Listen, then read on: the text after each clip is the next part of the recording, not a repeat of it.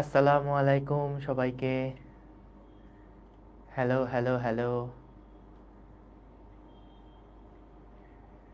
আসসালামু আলাইকুম সবাইকে। হ্যাঁ, ঠিক আছে, সাউন্ড শুনতে পাচ্ছি।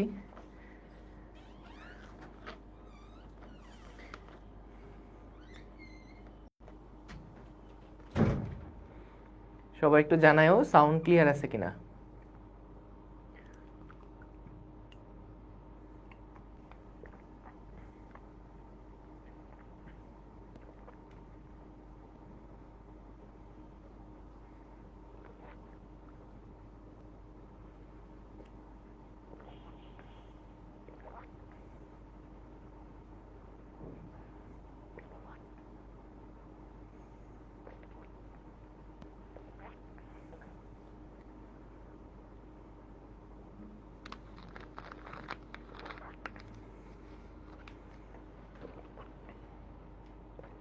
ভাই আজকে বায়োলজি ক্লাসে আসলেন না কেন?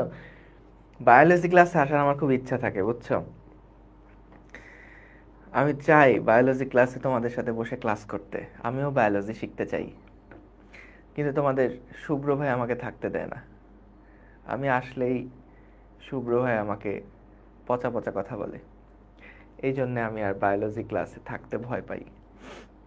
যদি আমাকে পড়া জিজ্ঞেস করে, ওই যে থাকে না এরকম, যে কিছু টিচাররা এরকম থাকে না, যে ক্লাসে আইসেই পড়া ধরে।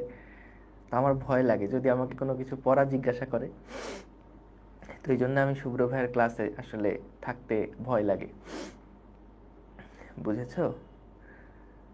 তোমরা এইরকম হয় না, ধরো কোনো একটা কিছুর বন্ধ দিছে, বন্ধে তোমরা গ্রামের বাড়িতে বেড়াতে গেছো, ওইখানে কিছু আত্মীয় স্বজন এরকম থাকে না, যারা ছোটবেলায় তোমাকে ধরে নিয়ে জিজ্ঞেস করতো, সাতের ঘরের নামটা বলো, তেরোর ঘরের নামটা বলো। তারপর জিজ্ঞেস করতো তোমার স্কুলে রোল নাম্বার কত, ম্যাথে কত পাইছো, সায়েন্সে কত পাইছো। এরকম কিছু বিরক্তিকর প্রশ্ন করতো না ছোটবেলায়? তারপরে পড়া ধরে। হ্যাঁ, তো এই জন্য না আমার কাছে ছোটবেলায় যখন বিভিন্ন বাসায় বেড়াতে যাইতাম, আমি ওই সমস্ত বাসাগুলোয় যাইতাম না যেখানে গেলে পড়া ধরে। আমার খুব ভয় লাগতো। ওকে, আসসালামু আলাইকুম সবাইকে। আশা করি সবাই ভালো আছো, সুস্থ আছো। আমরা হচ্ছে আজকে তাপগতিবিদ্যার 4 নাম্বার যে ক্লাস সেটা শুরু করব। তো আজকের ক্লাসেও আমরা মূলত আগের দিন যে টাইপের ম্যাথগুলো দেখা বাকি ছিল সেই ম্যাথগুলো দেখে ফেলবো, এবং এর মাধ্যমে আমাদের ধরো যেই স্কেল রিলেটেড যে সমস্ত ম্যাথ প্রবলেমগুলো আছে সেইগুলা শেষ হয়ে যাবে। ঠিক আছে? ওকে ভাই, আপনি ডান দিক থেকে বাম দিকে লিখলে পরবর্তীতে নোট করতে সুবিধা হয়। ডান দিক থেকে মানে আমার ডান দিক থেকে না তোমাদের ডান দিক থেকে? মানে এই যে ডান দিক থেকে বাম দিকে এটার কথা বলছো, মানে আগে যেটা করতাম সেটা? সো ঠিক আছে, যেটা বলো, কোনো অসুবিধা নেই, একটা করলেই হলো, একটা করলেই হলো। আর মানে যদি অ্যারো সাইন দিয়ে দেই যে পাশ থেকে যে পাশেই লিখি না কেন, অসুবিধা হবে না ইনশাল্লাহ। তো এই আর কি, সমস্যা নেই। ঠিক আছে, ওকে। সো আস্তে আস্তে সবাই চলে আসছে, আমরা চলো শুরু করি। চলো আমরা শুরু করি। ওকে, ঠিক আছে। আগেরটা করলে সুবিধা কই, গিফারি কোনটার কথা বলছো? আগেরটা মানে কোনটা? আচ্ছা,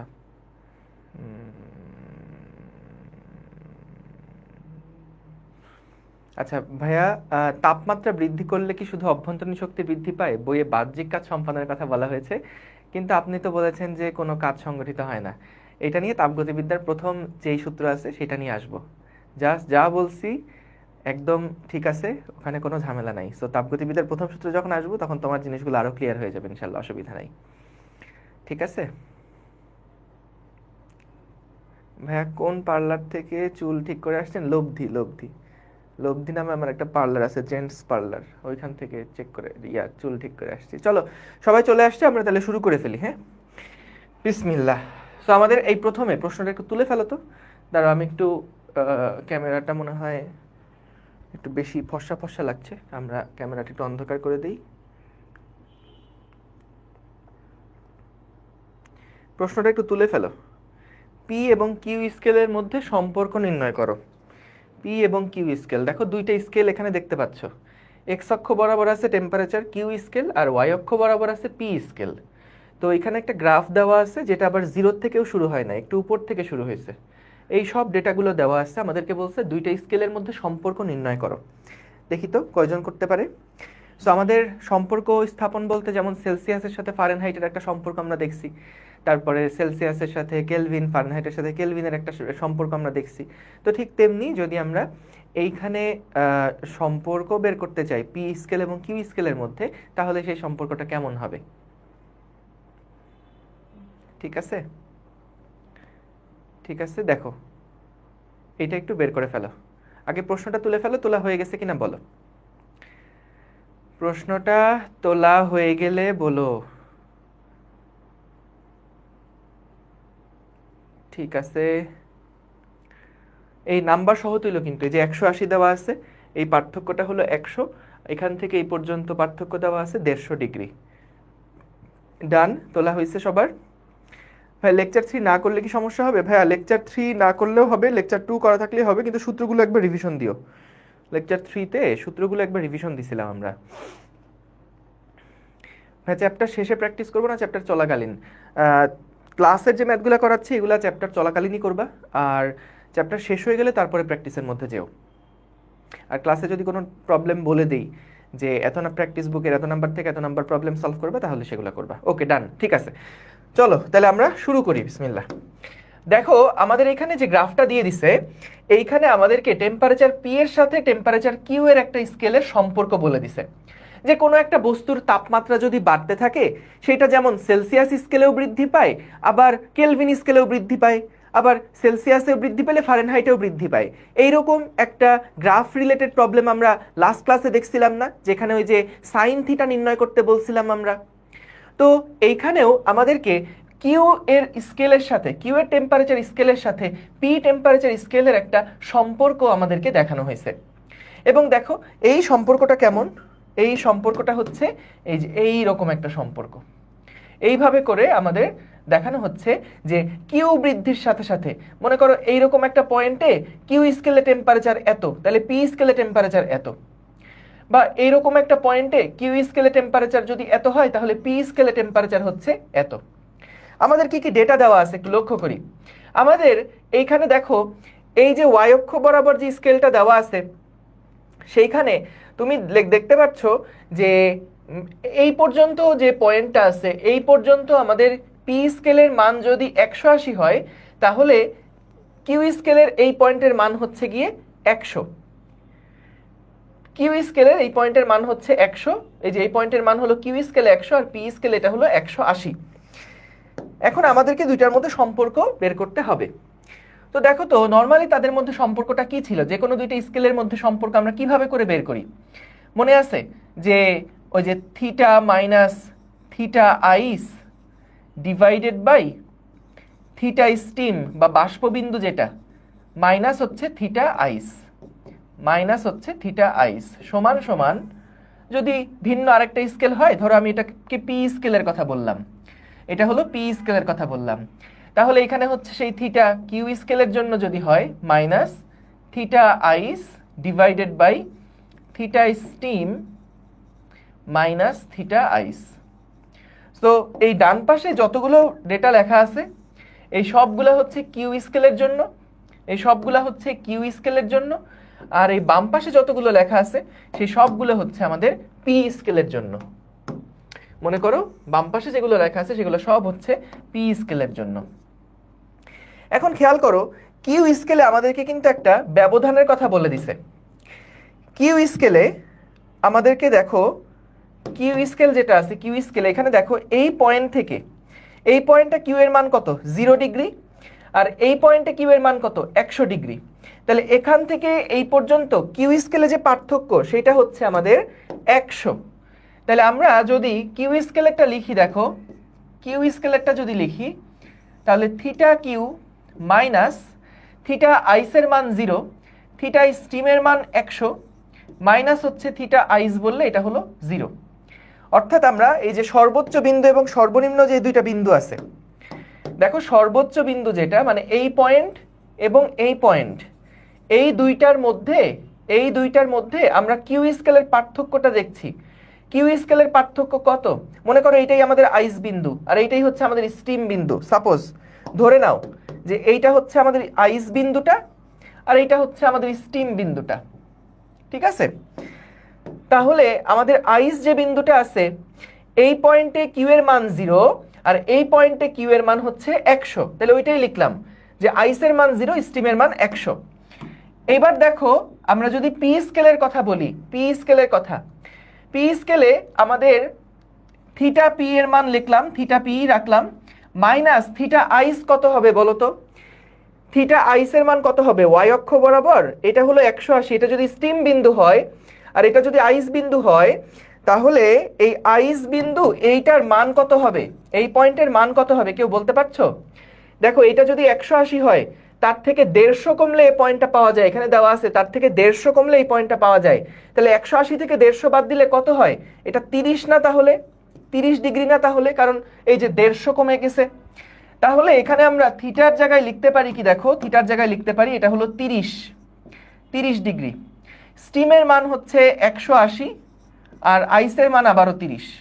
তাহলে এখান থেকে আমরা যেটা পাই theta P minus 30 divided by 150, যেটা মৌলিক ব্যবধান, সমান সমান 100 আর উপরে হচ্ছে থিটা কিউ, ঠিক আছে? এটাই হচ্ছে তাদের মধ্যে theta P R theta Q এর মধ্যে সম্পর্ক। তুমি যদি এই সমীকরণের মধ্যে যে কোনো একটা পয়েন্টে থিটা পি এর মানটা বসাও তাহলে থিটা কিউ এর মানটা কত হবে সেটা বের করে ফেলতে পারবা। আবার যে কোনো পয়েন্টে থিটা কিউ এর মান বসালে থিটা পি এর মানটা কত বের করে ফেলতে পারবা। বলো, অঙ্কটা কিন্তু অনেক মজার, এটা বুঝছো কিনা? খেয়াল করো, আমরা আসলে দুইটা স্কেলের মধ্যে একটা সম্পর্ক বিল্ড আপ করতে চাচ্ছিলাম। তো এইটা যারা ওই যে 2 নাম্বার ক্লাসটা করে আসছো তাদের জন্য রিলেট করতে আরো সুবিধা হবে। যাই হোক, কোনো অসুবিধা নাই। আমরা যেই মেইন সূত্র শিখছি, যে কোনো দুইটা স্কেলের মধ্যে সম্পর্ক আমরা যখন বের করি, দেখো আবার বলছি অসুবিধা নাই, আমরা যখন দুইটা স্কেলের মধ্যে সম্পর্ক নির্ণয় করি তখন কি করি? যে কোনো একটা তাপমাত্রা মাইনাস বরফ বিন্দু ডিভাইডেড বাই বাষ্পবিন্দু মাইনাস বরফ বিন্দু। এটা কি মনে আছে সবার? একটু জানাও। থিটা মাইনাস বরফ বিন্দু ডিভাইডেড বাই বাষ্পবিন্দু মাইনাস বরফ বিন্দু, এটা মনে আছে সবার? মনে আছে? তাহলে আমরা যখন দুইটা স্কেলের মধ্যে সম্পর্ক বের করতে বলবে তখন আমরা পি স্কেলের জন্য এই সমীকরণটা লিখবো, কিউ স্কেলের জন্যও এই একই সমীকরণ লিখবো, তারপর সমান সমান করে দিব। কারণ কনভার্সনের জন্য তুমি দেখো যখন সেলসিয়াস এবং ফারেনহাইটের সম্পর্ক দেখাই, যখন কেলভিনের সাথে ফারেনহাইটের সম্পর্ক দেখাই, তখন আসলে কি হয়? তখনও কিন্তু এক্স্যাক্টলি আমরা এই ফরম্যাটে রেখেই তারপরে করি। সো মূল প্রশ্নটা আসলে কি ছিল? যেমন আমরা বের করছিলাম না সেলসিয়াসের সাথে ফারেনহাইটের সম্পর্ক, 30 ডিগ্রি সেলসিয়াস মানে কত ডিগ্রি ফারেনহাইট, 40 ডিগ্রি কেলভিন মানে কত ডিগ্রি সেলসিয়াস, এইরকম বিভিন্ন টাইপের দুইটা স্কেলের মধ্যে সম্পর্ক আমরা বের করা শিখছিলাম না? তো এখানে আমাদেরকে সেলসিয়াস ফারেনহাইটের কথা কিছু বলে নাই, যে কোনো র্যান্ডম দুইটা স্কেলের মধ্যে সম্পর্ক বের করতে বলছে, তাদের মধ্যে একটা গ্রাফের সাহায্যে আমাদেরকে মেইনলি বের করতে বলছে যে একটা পরিবর্তন হলে আরেকটা কিভাবে পরিবর্তন হয় নির্ণয় করো। আমি যদি তোমাকে যে কোনো একটা থিটা পি বলে দেই তাহলে তুমি যেন আমাকে থিটা কিউ এর মান কত সেটা বের করে ফেলতে পারো। বুঝতে পারছো? যেমন কোনো একটা কেসে যদি ডিগ্রি সেলসিয়াসে মান কত এটা যদি বলে দেই তাহলে ডিগ্রি ফারেনহাইটে কত এটা যেন তুমি বের করতে পারো। সো ঠিক ওই রকম প্রশ্নটা। তাহলে এটার জন্য আমরা কি করলাম দেখো, এইটার জন্য আমরা এখানে বেসিক সূত্রটা লিখলাম, ওই যে থিটা মাইনাস বরফ বিন্দু বাই বাষ্পবিন্দু মাইনাস বরফ বিন্দু। তো এইখানে আমরা ধরে নিচ্ছি এইটা হলো আমাদের বরফ বিন্দু আর এইটা হচ্ছে আমাদের বাষ্পবিন্দু। দেখো এটা তোমাদের বোঝানোর জন্য আমি এটাকে বরফ আর এটাকে বাষ্প বলছি, তাহলে সহজে রিলেট করতে পারবা। কিন্তু যারা 2 নাম্বার ক্লাস করছো তাদের আশা করি মাথায় আছে যে এইখানে কিন্তু বরফ বাষ্পই হইতে হবে, এটা কোনো ম্যান্ডেটরি কথা ছিল না। এখানে যে কোনো দুইটা পয়েন্ট নিয়েই আমরা কিন্তু সম্পর্ক স্থাপন করতে পারতাম। এটা কি মনে আছে তোমাদের? বলো তো, যারা 2 নাম্বার ক্লাস করছো তাদের হয়তো বা মনে থাকবে। Good, very good, thank you. যে আমরা শুধুমাত্র বরফ আর বাষ্প এটা তো পরে বিজ্ঞানীরা ঠিক করে দিছিল, কিন্তু তার আগে আমরা যখন একদম কোর বেসিক থেকে জিনিসটা বুঝে আসছিলাম তখন কি দেখছিলাম যে এই সরলরেখার উপরে যে কোনো দুইটা বিন্দু যদি আমার জানা থাকে তাহলেই কিন্তু দুই স্থির বিন্দুর সাহায্যে আমরা তাপমাত্রা পরিমাপ করতে পারি। সো তাহলে এইবার খেয়াল করো, আমরা এখানে জাস্ট বোঝানোর সুবিধার জন্য আই সিস্টেম লিখে রাখছি, কিন্তু আশা করি বেসিক আইডিয়াটা ক্লিয়ার আছে। তো মনে করলাম এইটা আমাদের আইস আর এইটা আমাদের স্টিম, যে কোনো দুইটা বিন্দু আমাদের দেওয়া আছে আর কি ভাই। তাহলে এইখান থেকে আমরা দেখো এই পয়েন্টের যদি স্থানাঙ্ক লিখি তাহলে এটা কত হবে? এইখানে আমাদের কিউ এর মান হলো 100 আর পি স্কেলে এইটার মান হচ্ছে 180। আর এই পয়েন্টে যদি স্থানাঙ্কটা লিখি তাহলে দেখো এই পয়েন্টে আমাদের কিউ এর মান হচ্ছে 0 আর এই পয়েন্টে পি এর মান কত সেটা আমি বের করতে চাই। এই পয়েন্টটা মানে পি কত? তুমি দেখো এইটা যদি হয় পি স্কেলে 180 তাহলে এখানে পার্থক্য একটা বলা আছে 150। তাহলে যদি এখান থেকে তুমি 150 বাদ দাও তাহলে কত আসবে? 180 থেকে 150 কমে গেলে কত হয়? 30। তাহলে এটা হচ্ছে 0,30 এর একটা বিন্দু। তাহলে তোমাকে বলছে র্যান্ডম যে কোনো একটা পয়েন্টে যদি এখানে থিটা কিউ এবং থিটা পি হয় তাপমাত্রা, তাহলে কিউ আর পি এর মধ্যে সম্পর্ক কি সেটা নির্ণয় করো। ঠিক আছে, পি আর কিউ এর মধ্যে সম্পর্ক কি সেটা নির্ণয় করো। তাহলে আমরা দেখো যেহেতু এই যে আইসের পয়েন্টগুলো দেওয়া আছে, স্টিমের পয়েন্টগুলো দেওয়া আছে, সেগুলো অ্যাকর্ডিংলি বসায় এভাবে করে সলভ করলাম। আর এছাড়া তুমি দেখো আরো আরেকভাবে করতে পারো, সেটা একটু দেখাই দেই। ওইটা আরো স্মার্ট, আরো সহজ প্রসেস। এটা তো এমনি আমাদের বাংলা সূত্র অ্যাপ্লাই করে দেখলাম, কিন্তু দেখো আমাদের যখন এরকম একটা সরলরেখা দেওয়া আছে, দুইটা বিন্দু দেওয়া আছে, তখন বলো তো যে কোনো দুইটা পয়েন্টের যদি তুমি ঢাল বের করো তাহলে কি একই রেজাল্ট আসবে না? মনে করো আমি বললাম এখানে এটা হচ্ছে আমাদের এ বিন্দু, এইটা হচ্ছে আমাদের বি বিন্দু, এইটা হচ্ছে আমাদের সি বিন্দু। তাহলে এটা নিশ্চয়ই সবার মনে আছে যে এ বিন্দুর যে ঢাল বা এ বি সরলরেখার যে ঢালটা হবে সেইটা হচ্ছে আমাদের অবশ্যই এ সি সরলরেখার ঢালের সমান হবে, কারণ একই সরলরেখার দুইটা বিন্দুর মধ্যে যদি ঢাল বের করি সেটা একই রকম রেজাল্ট কিন্তু আমাদেরকে দিবে, তাই তো? সো তাহলে খেয়াল করো, আমরা যদি এ বি এর ঢালটা বের করতে চাই, এইটুকুর অংশের ঢালটা বের করতে চাই, তাহলে কি হবে? ঢাল মানে কি? ওয়াই এর পরিবর্তন বাই এক্স এর পরিবর্তন। তাহলে দেখো তো ওয়াই এর পরিবর্তন মানে theta P minus 30, theta P minus 30। এবং বলো তো এক্স এর পরিবর্তন কত? Theta Q minus 0, theta Q minus 0 সমান সমান। এবার আসো এ সি যে বিন্দু দুইটা আছে তাদের মধ্যে যে সরলরেখাটা আছে সেটার ঢাল বের করি। তাহলে কত? 180 minus 30, 180 minus 30 divided by 100 minus 0, 100 minus 0। ব্যাস হয়ে গেল, এটাই তাদের সম্পর্ক, পি আর কিউ এর মধ্যে সম্পর্ক। এইটাকেই তুমি যদি আরেকটু অর্গানাইজ করে দাও তাহলেই দেখো আগের সূত্রটাই পেয়ে যাচ্ছি, theta P minus 30 degree divided by 180 minus 30 সমান সমান theta Q minus 0 divided by 100 minus 0। দেখো এক্স্যাক্টলি আগের যে সমীকরণটা আমরা আইস আর স্টিম দিয়ে করছিলাম সেটাই কিন্তু আমরা এখান থেকে পেলাম। সো মূলত আমাদেরকে বের করতে বলছিল যে কোনো একটা থিটা পি যদি দেওয়া থাকে তাহলে থিটা কিউ এর মান কত নির্ণয় করো। তাহলে আমরা এই সমীকরণে কিউ এর মান বসায় পি পাবো, বা যদি পি এর মান দেওয়া থাকে তাহলে কিউ পাবো। এটাই মূলত পি আর কিউ এর মধ্যে সম্পর্ক স্থাপন করা একটা সমীকরণ। বলো বুঝেছো? হ্যাঁ হ্যাঁ, থিটা 1 থিটা 2 দিয়ে করাটাই পারফেক্ট, কিন্তু এখানে আইস দেওয়াটা উচিত না, এখানে স্টিম দেওয়াটা উচিত না, কিন্তু তোমাদের ওই যে সূত্রের ফরম্যাটে বসানোর জন্য আমি জোর করে আইস আর স্টিম বলছি। কিন্তু তোমরা তো যারা 2 নাম্বার ক্লাস করছো তারা বুঝছোই যে আইস আর স্টিম তো এটা যে কোনো দুইটা নির্দিষ্ট বিন্দু বিজ্ঞানীরা ঠিক করে দিছে। কিন্তু আসলে কি সরলরেখার উপরে যে কোনো দুইটা বিন্দু যদি আমাকে দেওয়া থাকে, ওই দুইটাকে স্থির বিন্দু ধরে আমি কিন্তু অন্য কোনো পয়েন্টের টেম্পারেচার বের করে ফেলতে পারবো। এবং সেটার বেসিক কিন্তু এইটাই ছিল, মনে আছে আমরা যখন সেকেন্ড ক্লাসে প্রুফ করছিলাম তখন কিন্তু দুইটার ঢাল সমান সমান নিয়েই তারপরে আগাইছিলাম। মনে আছে না ভুল গেছো? বলো বলো। ঠিক আছে, ওকে ঠিক আছে, মনে আছে, ভেরি গুড। তোমরা এত কিছু মনে রাখো কেন? হ্যাঁ, আমি যখন ছোট ছিলাম এত কিছু মনে রাখতাম না। এটা একটু চট করে বের করে ফেলো তো সবাই। ফারেনহাইট স্কেলে পরম শূন্য তাপমাত্রার মান কত নির্ণয় করো। ফারেনহাইট স্কেলে, আচ্ছা ভাইয়া আইস পয়েন্ট দুইটাতেই 30 কেন নিচ্ছি না? টি কিউবের ক্ষেত্রে 130 আর 30 কি নেওয়া যেত না? কই 130 কোথায় পাচ্ছ ভাইয়া? 130 কোনটাকে বলছো? আমাদের সম্পর্কটা তো এই সমীকরণ অনুযায়ী, এই সরলরেখা অনুযায়ী হয়েছে। এই পয়েন্টে এক্স এর মান কি 0 না? আর এই পয়েন্টে ওয়াই এর মানটা কত? 30। কেমনে বের করছি? 180 থেকে এখানে বলেছে পার্থক্য 150, সেটা নামছি।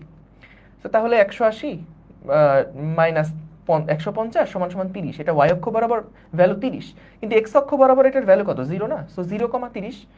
আর এই পয়েন্টে দেখো 100 পার্থক্য দেওয়া আছে, তাহলে এটা হচ্ছে 100 আর 180, এটাই তো।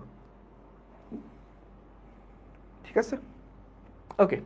তো দেখো ফারেনহাইট স্কেলে পরম শূন্য তাপমাত্রা, ভেরি গুড। সুমাইয়া বেগম আমি দেখতে পাচ্ছি সবার আগে অ্যান্সার করে দিছে, সাব্বাস সাব্বাস সাব্বাস।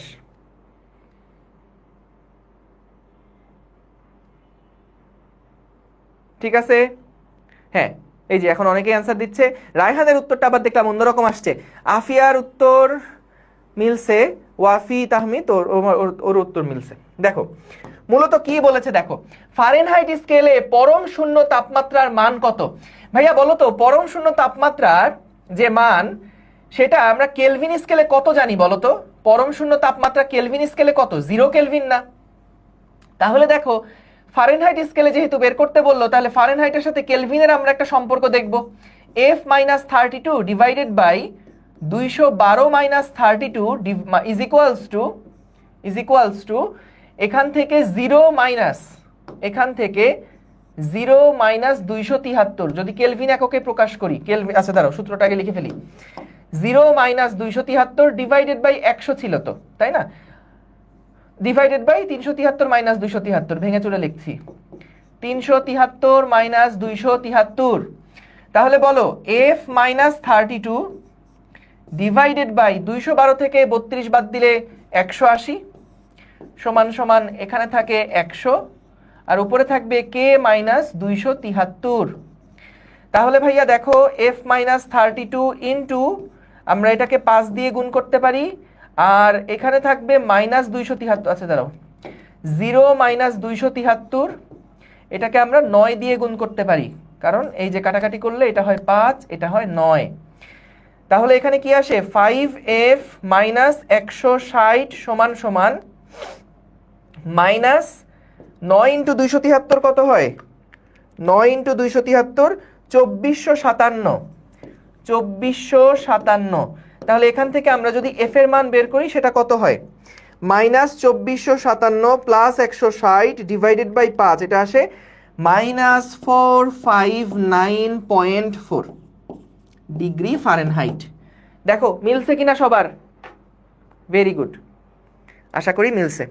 আচ্ছা আমাকে একটু জানাও তো, আমি সাহস পাচ্ছি না, একটু বলো তো এই প্রবলেমটা কি বেশি কঠিন লাগছে তোমাদের কাছে? যারা আগের ক্লাসগুলো করছো তাদের জন্য বলছি, এই অঙ্কটা কি বেশি কঠিন লাগছে তোমাদের কাছে? No, very good, thank you, যাক সাহস পেলাম, ইয়েস। তাহলে কঠিন ম্যাথ দেখানো যাবে আরো, যাক ভেরি গুড। সিরিয়াসলি এখন যদি কইতা না ভাই অনেক কঠিন, হাত পা কাঁপাকাঁপি করতেছে, তাইলে আমি আসলে কঠিন ম্যাথে যাওয়ার আগে আরো 2বার ভাবতাম, বা হয়তো আজকের ক্লাসে কঠিন ম্যাথে যাইতে পারতাম না। ঠিক আছে, good, very good, thank you. এটা সহজ অঙ্ক, এটা কেন এটা ভয় পাচ্ছ? সো প্রথমে আমি দুইটা নিয়মে দেখাইছি, একটাকে আইস, একটাকে স্টিম ধরে, যে আমাদের বেসিক সূত্র অনুযায়ী কি হয়। আর এরপরে আবার ওই যে বেসিক থেকে আসছি, যে এই পয়েন্টের ঢাল আর এই পুরো রাস্তার ঢাল তো একই রকম, দুইটা বিন্দু আমাদের দেওয়া আছে, তাহলে থিটা পি আর কিউ এর মধ্যে সম্পর্ক কি, যেটা আমরা ছোটবেলা থেকে করে আসছি, মানে গত 4 ক্লাস থেকে। Very good. এইবার আসো এই প্রবলেমটা লিখে ফেলো তোমাদের জন্য। তো আমি তো উদার অনেক, তাই না? বলো কত সময় দিব বলো, আমি তো অনেক উদার, দয়ার সাগর। তোমাদের জন্য 30 ঘন্টা সময় দিয়ে দিলাম, যাও প্রশ্নটা লিখে ফেলো আগে। লেখার জন্য একজন 10 ঘন্টা চেয়েছে, আমি এত উদার তাকে 30 ঘন্টা দিয়ে দিয়েছি। হ্যাঁ, কত ভালোবাসি তোমাদেরকে বলো। এটা তো একদম সিম্পল। যাক ভেরি গুড, থ্যাংক ইউ, খুব সাহস পেলাম। 9কে ঠিক করে লিখেন, 9কে ঠিক করে লিখেন। দেখে আমি ভাবতেছি আমি ইয়াতে ভর্তি হব, নার্সারিতে ভর্তি হব, এই 1 2 3 4 লেখার জন্য নার্সারিতে ভর্তি হব, হাতের লেখা প্রতিযোগিতায় অংশগ্রহণ করব। 300 ঘন্টা ভাই দেওয়া যায় না আসলে, এখানে সর্বোচ্চ 99 ঘন্টাই দেওয়া যাবে।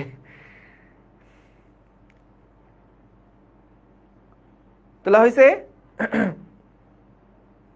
হয়েছে ভাই, আগেরটা একটু দেন। কেন? আগেরটা কোনো ঝামেলা না তো।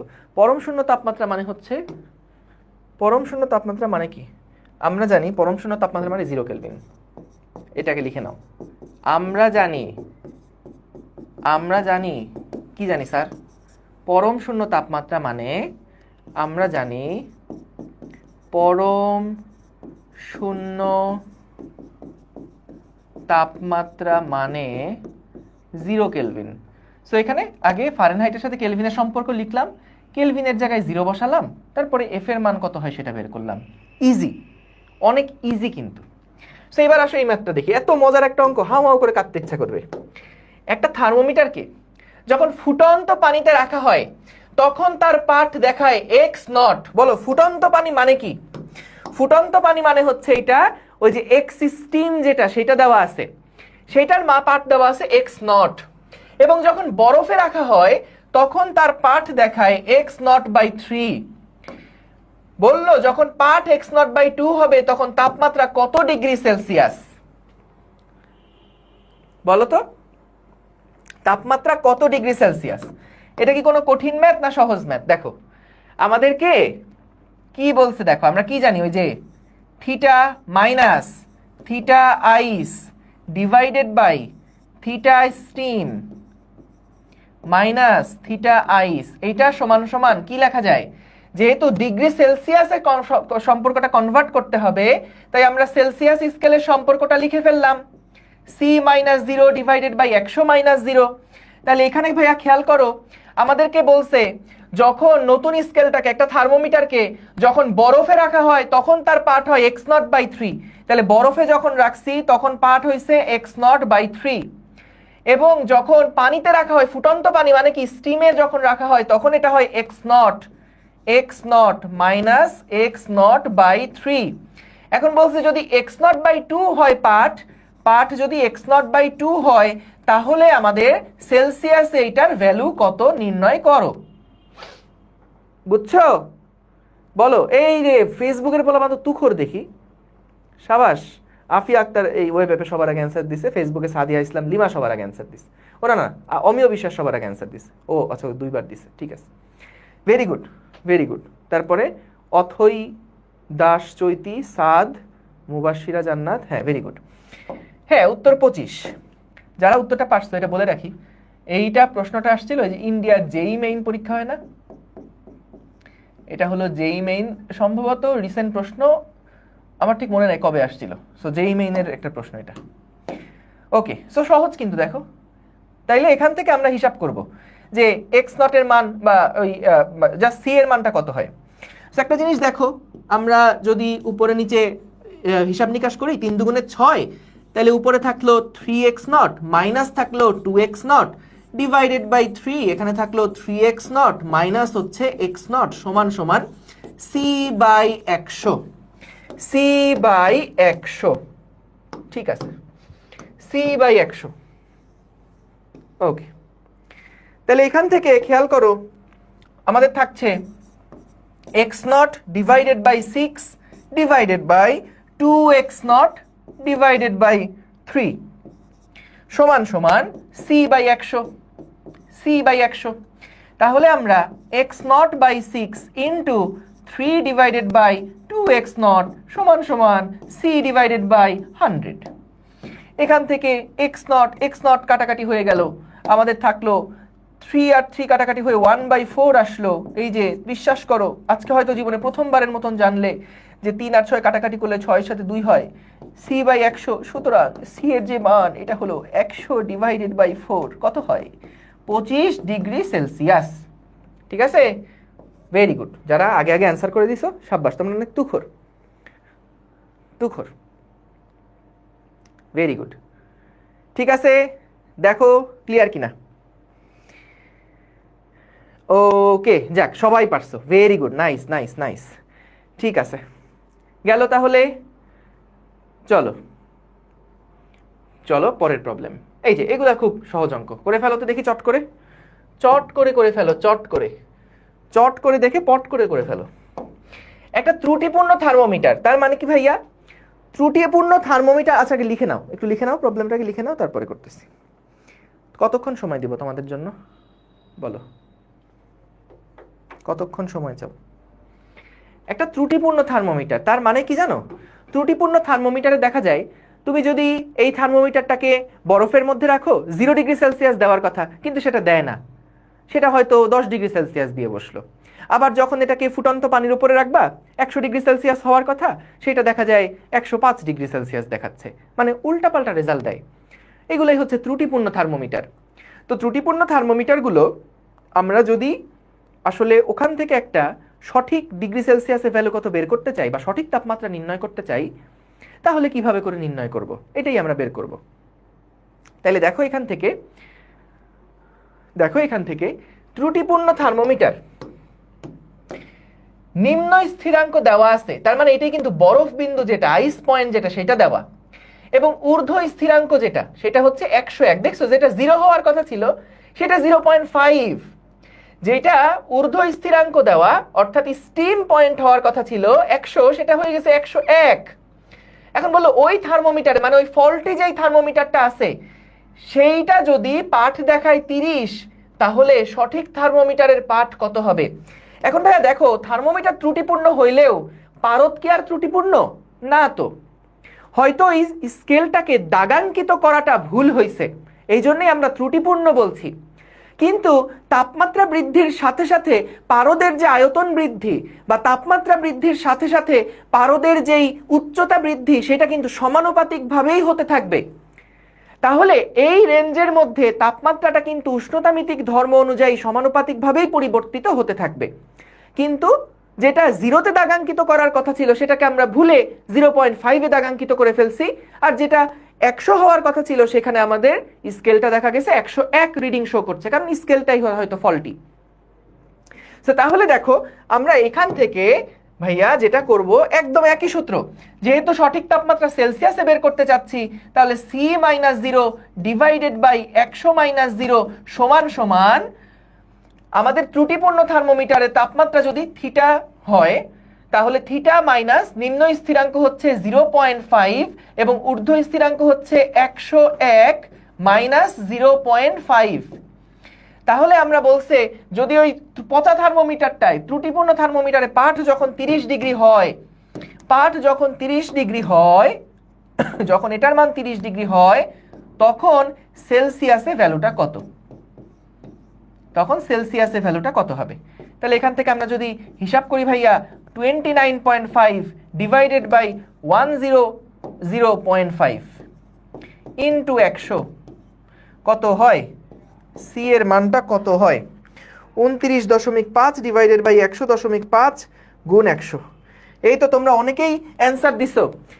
তোমরা যারা অ্যান্সার দিছো আমি কিন্তু তোমাদের উত্তরটা দেখে এখানে বসাচ্ছি। তোমরা মনে করো না হাতে ক্যালকুলেটর আছে দেখেই কয়েকটা বাটন চাপছি বলেই আমি ক্যালকুলেটরে যে রেজাল্ট শো করতেছে সেইটা দিচ্ছি, বরং তোমরা আমাকে যে অ্যান্সার দিছো সেইটাই কিন্তু আমি হুবহু লিখে দিচ্ছি। তোমাদের প্রতি আমার অগাধ বিশ্বাস যে তোমরা কখনো ভুল করতে পারো না।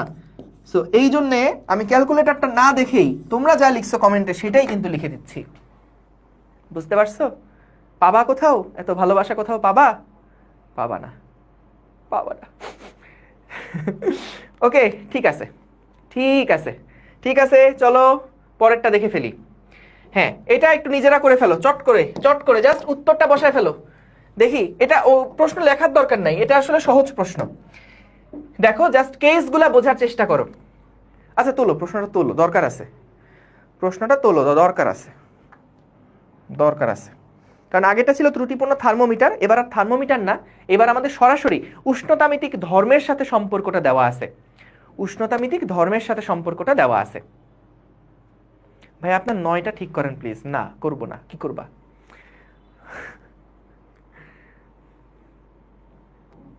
লেখো লেখা হয়েছে, তাড়াতাড়ি। ভাই আপনার কপি পেস্ট করা দেখে হাওমাও করে কাঁদতে চাই। কানলে কিন্তু ভালো, ত্বকের জন্য ভালো, বুঝতে পারছো? কান্নাকাটি করলে এটা ত্বকের জন্য ভালো। লেখা শেষ? চট করে লিখে ফেলো, চট করে লিখে বট করে অ্যান্সার দিয়ে দাও। ওকে, সো দেখো এইখানে আমাদেরকে বললো একটা সুষম রন্ধ্রের থার্মোমিটারের সাথে একটা সেন্টিমিটার স্কেল যুক্ত আছে। তো এখানে বরফে থার্মোমিটারের পাঠ দেওয়া আছে 7.3 সেন্টিমিটার। তার মানে এক্স আইস যেটা দেওয়া সেইটা বলে দিছে 7.3 সেন্টিমিটার, এবং এক্স স্টিম যেটা দেওয়া সেটা হচ্ছে 23.8 সেন্টিমিটার। ভাইয়া এটা কি বললাম? এইটা হচ্ছে যখন বরফের মধ্যে রাখা হয় তখন এখানে মনে করো কোনো একটা লিকুইড আছে, সেই লিকুইডটা যখন আমরা এটাকে বরফের মধ্যে রাখি তখন ওই লিকুইডের হাইট হয় 7.3 সেন্টিমিটার। এরপরে যখন আমি এই স্কেলটাকে ধরে নিয়ে বসাই দেই আমাদের ফুটন্ত পানির মধ্যে বা স্টিমের মধ্যে, তখন দেখা যায় ওই যে লিকুইডটা ছিল সেটার আস্তে আস্তে প্রসারণ হতে থাকে, কারণ আস্তে আস্তে তাপমাত্রা বাড়ছে, প্রসারণ হতে হতে হতে হতে সেটা 23.8 সেন্টিমিটার দৈর্ঘ্যে গিয়ে স্থির হয়। তাহলে আমাকে বললো যে এবার আমি কি করলাম, আইসেও রাখলাম না, এইবার আমি এটাকে স্টিমেও রাখলাম না, আমি এবার এটাকে একটা নতুন মিশ্রণের মধ্যে রাখলাম, নতুন একটা টেম্পারেচারের মধ্যে রাখলাম, যেটা আননোন, যেটা আমি জানি না। এইরকম একটা টেম্পারেচারের মধ্যে আমি আমার স্কেলটাকে রাখলাম। ওই স্পেশাল টেম্পারেচারটা বলছে হিমো মিশ্রণ। এটা যে কোনো একটা কিছু হতে পারে, যে আমাদের ধরো কোনো একটা ভিন্ন তাপমাত্রা আমি মাপতে চাচ্ছি, অর্থাৎ আমি তো আইসের স্কেলটা কত, আইসের জন্য ধর্মটা কত এটা জানি, তারপর স্টিমের জন্য ধর্মটা কত এটা জানি। সো আমি এখন অন্য আরেকটা জায়গাতে স্কেলটাকে নিয়ে দেখলাম, পাঠ দেখাচ্ছে 3.5 সেন্টিমিটার, অর্থাৎ নতুন একটা মিশ্রণ, হিমো মিশ্রণের মধ্যে আমি যখন ওই স্কেলটা ডুবালাম দেখলাম যে আমাদের এই দৈর্ঘ্যটা হচ্ছে 3.5 সেন্টিমিটার। তাহলে বলছে এখন তাপমাত্রা কত নির্ণয় করো। তাইলে দেখো, যেহেতু সেলসিয়াস স্কেলে আমাদেরকে বের করতে বলছে, আমাদের এখানে মেইন সূত্র কি ছিল? C minus 0 divided by 100 minus 0 সমান সমান, যখন উষ্ণতামিতি ধর্মের সাথে আমরা সম্পর্কটা দেখাবো তখন X minus X ice divided by X steam minus X ice. তাহলে ভাইয়া এখানে আমাদের এক্স এর মান কত বলছে?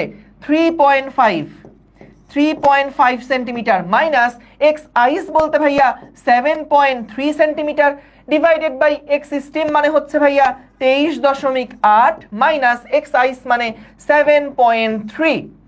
তাহলে ভাইয়া এখানে আমরা পাচ্ছি সি ডিভাইডেড বাই 100। সুতরাং সি এর মান কত বের করে ফেললেই হয়ে গেল। তাহলে বুঝতেই পারছো, আইসে যদি 7.3 সেন্টিমিটার থাকে, তাহলে আরো কম যদি দৈর্ঘ্য হয়, তার মানে কি তাপমাত্রা 0 ডিগ্রির চেয়েও কমে গেছে না? কারণ 0 ডিগ্রি সেলসিয়াসেই কিন্তু বা আইস পয়েন্টেই কিন্তু দৈর্ঘ্য ছিল 7.3। তাহলে যদি আরো কমে যায়, দৈর্ঘ্য যদি 3.5 হয়ে যায়, তাহলে আমাদের ডিগ্রি সেলসিয়াসে তাপমাত্রাটা কি 0-র কমে হয়ে যাবে না? সো এটা তো এমনি বোঝা যায়। তারপরে আমরা হিসাব করে দেখি, 7.3 ডিভাইডেড বাই 23.8 মাইনাস 7.3 কত আসে? ইন্টু 100 দিলে আসছে মাইনাস 23.03। তোমরা কিন্তু কেউ মনে করো না আমি ক্যালকুলেটারে হিসাব করছি, খবরদার। আমি কিন্তু তোমরা যা বলছো, তোমাদের প্রতি যেহেতু আমার অগাধ বিশ্বাস, সেটার জন্য আমি তোমরা যা বলছো সেটাই কিন্তু আমি লিখে দিলাম। কখনোই মনে করো না যে আমি ক্যালকুলেটারে দেখে দেখে তারপরে বসাইছি। ছি, আমি কি তোমাদের অবিশ্বাস করতে পারি? বলো বলো, এটা হইল কিছু? এক্স সমান সমান কত ছিল? 3.5 সেন্টিমিটার। 3.5 সেন্টিমিটার। ওকে, ঠিক আছে। তাহলে দেখছো সূত্রটা কিন্তু শুধুমাত্র যে এই দুইটা রেঞ্জের মাঝখানে তাপমাত্রা মাপার জন্যই প্রযোজ্য এমনটা কিন্তু না, এর বাইরেও যে কোনো তাপমাত্রা কিন্তু আমরা এই সূত্র দিয়েই মেপে ফেলতে পারি। কারণ কি, সমানুপাতিক সম্পর্ক। ঠিক আছে, ঠিক আছে, ওকে ভাইয়া। সি এবং এক্স এই পরিচয়টা একবার বললে ভালো হয়। এক্স মানে হচ্ছে উষ্ণতামিতিক ধর্ম। এগুলা লাস্ট ক্লাসে লিখে দিয়েছিলাম সব। ইরে, এক্স মানে কি? এক্স মানে হচ্ছে উষ্ণতামিতিক ধর্ম। উষ্ণতামিতিক ধর্ম, ঠিক আছে। তো যখন আমরা এক্স আইস বলছি, এটার মানে কি? এটার মানে হচ্ছে বরফে উষ্ণতামিতিক ধর্ম এর মান। বরফে উষ্ণতামিতিক ধর্ম এর মান, ঠিক আছে। এবং যখন আমি এক্স স্টিম বলছি, এইটা হচ্ছে বাষ্পে উষ্ণতামিতিক ধর্ম এর মান। তোমরাও আমার মতো এভাবে কপি করে লিখে নাও, বুঝছো? উষ্ণতামিতিক ধর্ম এর মান এগুলা, তাই না? ঠিক আছে, ঠিক আছে, ক্লিয়ার, ভেরি গুড। চলো পরের প্রবলেমটা কি দেখে ফেলি। এইটা একটু লিখে ফেলো, এই প্রশ্নটা খুবই সুন্দর, লিখে ফেলো। এটা একটা মজার ম্যাথ, খুবই মজার ম্যাথ। তুমি দেখবা এই ম্যাথটা করার পরে আর কখনোই তোমার বিরিয়ানি খেতে ইচ্ছা করবে না। বিরিয়ানির আর কি স্বাদ, এই অঙ্কের যে স্বাদটা পাবা, হ্যাঁ মনে হবে ভাইয়া আসলে আর দরকার নেই। আমার জীবনে বিরিয়ানি বলতে এই ম্যাথটাকে আমি বুঝি, বুঝেছো? বাঁধন এম একটা দুষ্টু কথা বলেছে, বলেছে এখন থেকে সবাই ভুল উত্তর বলবে। দেখি ভাই কিভাবে বলে, আমাদের কথায় লিখছে। কি ফাজিল দেখো। হ্যাঁ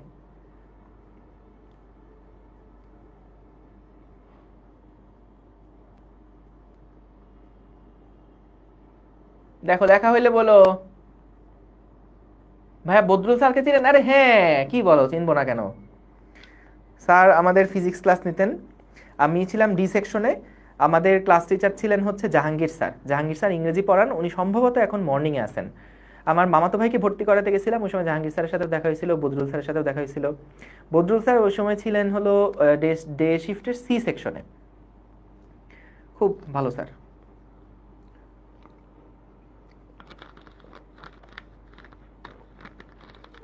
মানে স্টুডেন্ট ফ্রেন্ডলি স্যার আর কি, আমার খুব পছন্দের। ঠিক আছে, লেখা হয়েছে ভাই। ও তুমি সি সেকশনে, তাই তোমার ক্লাস টিচার? তুমি কি ডে শিফটে নাকি নাফিস ফুয়াদ?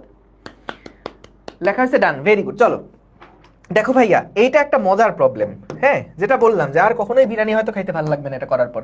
সো যারা বিরিয়ানি, যাদের ফেভারিট, তারা এই অঙ্কটা দেখো না প্লিজ। মানে তুমি আর পারবা না বিরিয়ানি খাইতে, বললাম, চ্যালেঞ্জ করলাম। দেখো দেখো, একজন বিজ্ঞানী একটা নতুন তাপমাত্রার স্কেল উপস্থাপন করে তার বরফ বিন্দু 25x, এক্স হলো একটা একক, মানে যেমন ডিগ্রি সেলসিয়াস হয়, ডিগ্রি ফারেনহাইট হয়, তেমনি সে একটা বরফ বিন্দুর নাম দিছে হচ্ছে 25x, এবং বলছে বাষ্পবিন্দু দিছে হলো 500x হিসেবে চিহ্নিত করলেন। বরফ বিন্দুকে দিছে 25x, বাষ্পবিন্দুকে 500x দিছে। মানে ধরো 25 ডিগ্রি সেলসিয়াস বলছে, আর একটাকে 500 ডিগ্রি সেলসিয়াস বলছে, অর্থাৎ এককটাকে আমরা x দিয়ে প্রকাশ করছি, বুঝছো? এখানে x হচ্ছে নতুন তাপমাত্রার একক বলে দিছি। এই নতুন স্কেল অনুযায়ী পানির আপেক্ষিক তাপ কত নির্ণয় করো। ভাইয়া এই টার্মটা কি তোমরা 9-10-এ পড়ছো না? একটা আইডিয়া আছে না পানির আপেক্ষিক তাপ? পানির আপেক্ষিক তাপ, এটা কি তোমাদের কারো আইডিয়া আছে বলো তো? মুবাশিরা জান্নাত বলছে বিরিয়ানির স্মেল পাচ্ছি বোর্ড থেকে। মনে নাই? আচ্ছা, মনে না থাকলে অসুবিধা নাই, কিন্তু এমনি আইডিয়া আছে না একটা? আপেক্ষিক তাপ 6 নাম্বার অধ্যায়ে ছিল আপেক্ষিক তাপ। আচ্ছা আমি বলছি, পুরাটাই আবার বলছি। দেখো আপেক্ষিক তাপ কি জিনিস ছিল। ধরো পানির আপেক্ষিক তাপ, আমি বললাম পানির আপেক্ষিক তাপ, পানির আপেক্ষিক যে তাপ, সেই আপেক্ষিক তাপ হচ্ছে ভাইয়া 4200 joule per KG per kelvin. বলো এই একক থেকে কি মনে পড়ছে কিনা? একক থেকে কি মনে পড়ছে কিনা? বিষয়টা এরকম, ধরো আমাদের একটা পাত্র আছে, এই পাত্রের মধ্যে আমাদের মনে করো ভাইয়া 1 কেজি পরিমাণ পানি রাখা আছে। কতটুকু পানি আছে? পাত্রের মধ্যে 1 কেজি পরিমাণ পানি রাখা আছে। তো আমি যদি তাপমাত্রা বাড়াতে চাই, আমাকে কি তাপ শক্তি দিতে হবে না ভাইয়া? তাপমাত্রা বাড়াতে চাইলে তাপ শক্তি দিতে হবে। যেমন আমি যদি চাই এই জিনিসটার তাপমাত্রা বাড়াইতে, তাহলে আমার কি করতে হবে? আমাকে এর মধ্যে তাপ শক্তি দিতে হবে।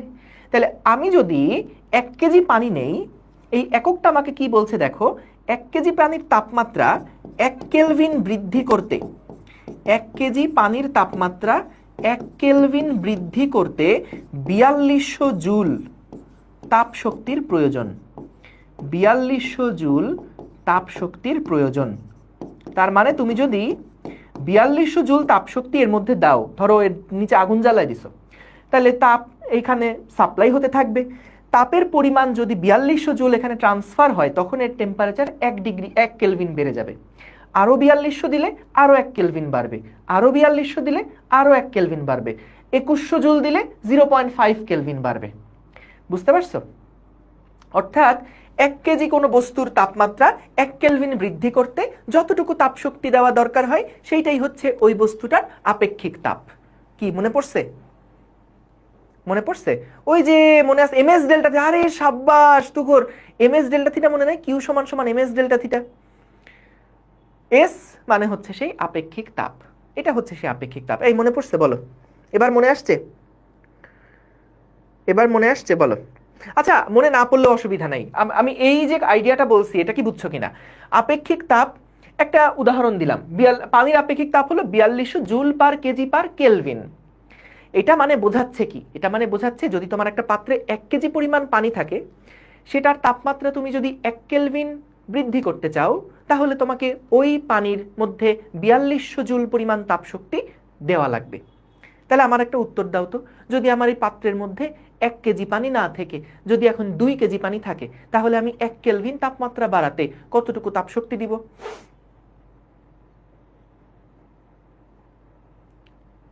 ভেরি গুড, 8400 মানে ডাবল, তাই না? তাহলে আশা করি বুঝতে পারছো এটা। Very good, very good, thank you. তো আমরা ওই যে যখন ওই যে কিউ সমান সমান লিখতাম M S delta theta, M S delta theta, এটা কি ছিল? যে এম ভরের, যেমন এস মানে কি? এস মানে হলো আপেক্ষিক তাপ নির্দেশ করছি, হ্যাঁ, এস মানে হচ্ছে আপেক্ষিক তাপ।